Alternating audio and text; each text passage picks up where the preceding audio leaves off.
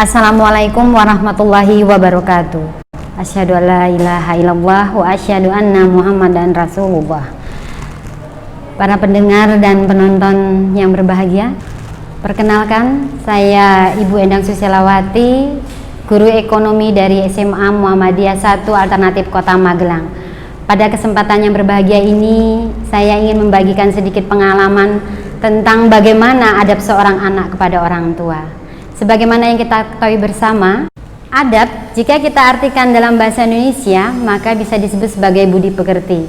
Sebagaimana yang kita ketahui, budi pekerti bukan hanya sekedar meliputi cara bersikap, tapi juga cara berkata-kata, bahkan bahasa tubuh kita juga akan menunjukkan seberapa budi pekerti kita. Lalu siapakah yang dimaksud dengan orang tua?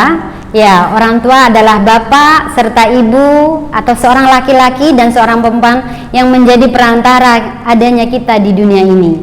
Seorang ibu tentu saja yang berperan melahirkan kita, dan peran seorang ayah yang semuanya sama pentingnya mewujudkan kita di dunia ini. Tanpa keduanya, tentu saja keberadaan kita di dunia ini tidak akan ada. Demikianlah sunatullah dalam alam ini.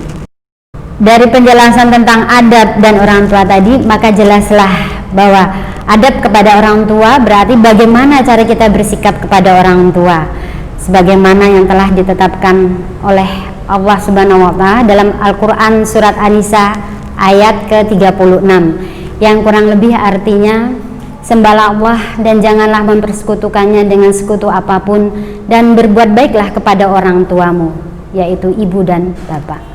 Di situ sudah jelas, dan masih banyak lagi perintah Allah kepada kita agar kita bisa memiliki adab ataupun budi pekerti yang baik kepada orang tua. Islam sebagai agama yang lengkap itu sudah mengatur lengkap bagaimana sikap kita kepada orang tua. Mulai dari dilarang berkata atau cis kepada orang tua, kemudian dilarang berkata kasar atau membentak kepada orang tua. Kemudian ketika bicara dengan orang tua harus dengan bahasa yang lembut, kata-kata yang halus. Kemudian harus merendahkan diri kepada orang tua, senantiasa mendoakan kedua orang tua kita, bahkan setiap selesai sholat wajib kita. Kemudian belajar dengan giat dan tekun untuk mendapatkan ilmu dan prestasi yang bermanfaat bagi masa depan kita, agar tidak menyia-nyiakan apa yang sudah orang tua kita lakukan.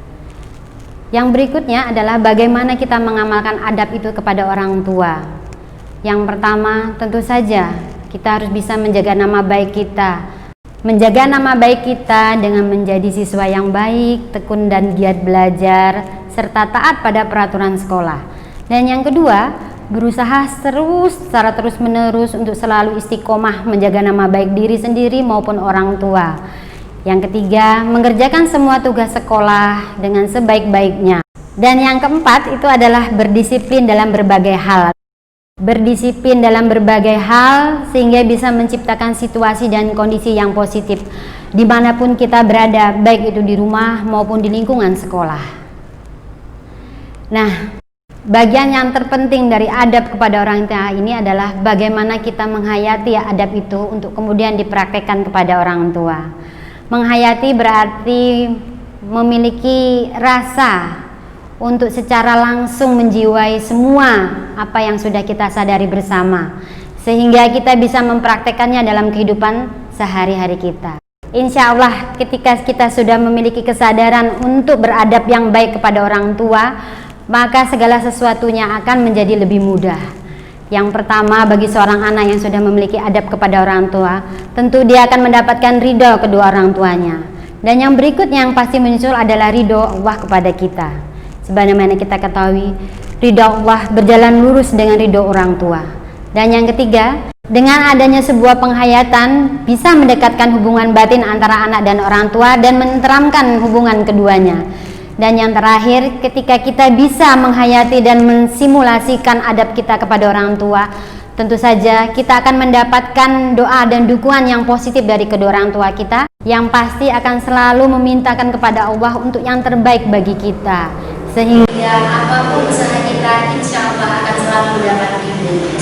Demikian yang bisa saya sampaikan. Semoga apa yang bisa saya sampaikan saat ini bermanfaat, khususnya bagi saya sendiri maupun bagi semuanya. Terima kasih atas perhatiannya. Wassalamualaikum warahmatullahi wabarakatuh.